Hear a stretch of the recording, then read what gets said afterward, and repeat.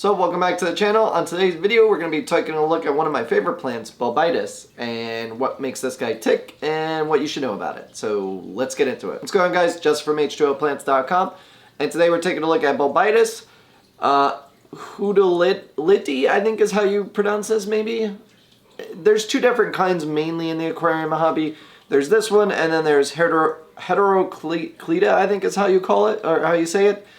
The other one has very triangular leaves, and this one has much wavier, just kind of, the leaves on this one are just way more appealing than the other one, in my opinion. You may like the other one, that's fine, but I find this way more appealing. And what is so interesting about this guy is it is extremely difficult to find this plant in the United States as far as from a mass supplier, because none of the dealers that I deal with have this plant in stock. However, now that we're ordering from Tropica, they are able to grow this plant, and it is just truly beautiful. I've had this downstairs in the 40-gallon breeder tank that I had the goldfish in. Lucky, I had a big clump of this that I got from I think it was at a local fish club actually a couple of years back. It was just this big old mass.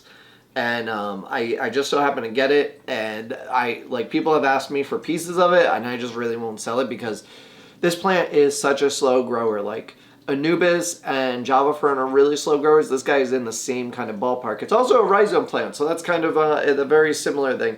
It has a nice rhizome, and I don't know, let me take this tag out. If you're going to be able to see the rhizome, oh, a little too close to the camera there. Let's see, can you see? I don't know, there's like a little piece over here sticking out. Maybe you could see that, maybe you can't. It's a little fuzzy. But it is a rhizome plant, so you can attach this to rocks or driftwood, or whatever you like, and it will grow out from there. Don't bury the rhizome, it'll cause it to rot. And it is a fern-like plant, so it's very similar to like water sprite and water wisteria in the fact of that its leaves kind of unfurl as it grows, so it's much like a fern. And I'm going to show you, there's actually this leaf right here. Can you see? You see that little thing? It looks like a little fist. So like kind of, it's like this, and then it unfurls its leaves, and it looks really cool as it's doing that. But like I said, very slow grower. It will take a while to grow, even just a single leaf. And that's primarily why we haven't been able to sell this, because suppliers don't really grow it. If they do, they grow the other kind, which is alright, but this one is way more appealing, way more visually amazing looking. Really it resembles seaweed in my opinion. That's what I like about it. Is you could do a whole tank of this and it'd look like seaweed. It'd be really cool. But it is a rather tall plant. It can get at least 16 inches or so tall. The one in the 40-gallon is roughly about the height of the aquarium. And it can just keep on growing and getting massive. It will get big, so keep that in mind. But it is a slow grower, so when I say it's going to get big, it's going to take 3 probably years to get to that. To get up to its full maturity size. It's a very slow growing plant. So it's great even in nano aquariums, stick it in there. I mean, it's not going to grow that big quickly, and as it grows bigger, you trim it down. You can maybe sell portions of it, and yeah, do that.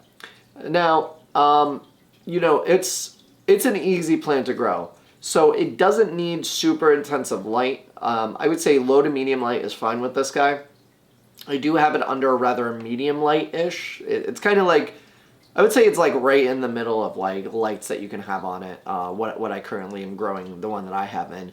But you can grow it in low light. I don't think it would be a problem. Now, some people say CO2 will, is kind of needed, but I haven't seen that in my experience. The one that I have in the tank has no CO2 and it's growing just fine. And in my opinion, I think it would be just fine without. Now, if you have CO2, it's going to grow even faster, and that'll help speed it up so it grows nicely for you. But if you're just looking for a nice, cool-looking plant that's slow growing, this is it here. It does like slightly acidic water, so keeping your pH lower can help it. But I mean, I don't test the pH in my goldfish tank, and I'm pretty sure it's about 7.2, 7.4, somewhere around there. So I think it's going to do fine with it. And yeah, this, being much like Anubis and Java Fern and Bucephalandra, this plant is just super hardy. So if you have tough fish, like cichlids or goldfish, you could stick it in there. They may try and nip at it, but these leaves are really kind of, they look like they might be fragile, but I'm giving that a good pull here, and it's not tearing. So, depending on the size of the fish, you could probably stick these in there with them. Just make sure they're tied really well to driftwood or rocks. You could use fishing line, super glue, cotton thread, which will eventually disintegrate, but it should lock into where you want it to grow. What else? You could do a bunch of different things like that with it, and yeah, it's really cool plant. I don't know. There's not really much more I can say about this plant. Like I honestly just love the plant. I think everybody should get it. If you have a tank that is missing a cool looking plant and you're looking for something, stick this guy in there, use it in the background, use it as a foreground if you really wanted to in a bigger aquarium, because it kind of would look like a bush if you just keep it in check. Don't trim the leaves, by the way. If you're asking how to trim this, don't trim the leaves across. That's how you damage them. You snip the rhizome, or take the leaf all the way back to the rhizome and sniff it off from there. But this is kind of one of those plants, just let it grow, do its thing, and if it gets too big, just cut the rhizome and get rid of the part that's growing too big, and it'll branch out from there. And that's the best way to propagate, just cut the rhizome, so there's like 3 leaves on at least each portion that you cut, and then you can plant that elsewhere. And that's really it. Bolbitis, the good one, I really wish I knew how to pronounce this. Heudelotii, I think is how you pronounce it. Heudelotii. That's what I'm going with. Could be wrong. Check it out on the website, link below, and pick yourself up some. It's really good. We have, I think we got about 10 or 12 in stock, so definitely take a look, pick some up while you can. The video that I did on Downoid, that stuff sold out instantly. As soon as I put up that video, within the next like 4 hours, it was gone off the website. So if you're watching this and you're wondering where it's all been, it probably got cleaned out, because the moment I put up a video about a plant, people buy them up because they look so nice. I mean, these tropical plants are off the chains, honestly. Check out the other tropical plants. We got a bunch of new ones in.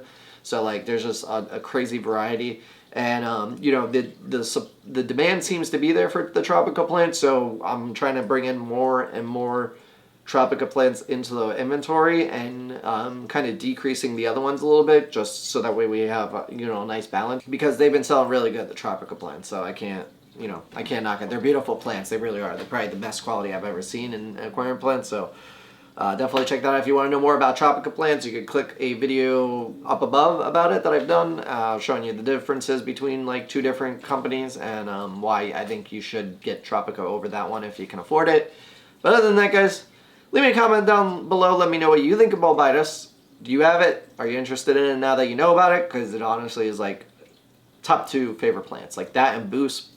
I could do a tank with just those 2 and be a-okay. If you enjoyed the video or learned anything new, hit that like button. If you're new here, hit that subscribe button. And if you want to check out any of our previous videos, you can click either one of those, and I will see you next time.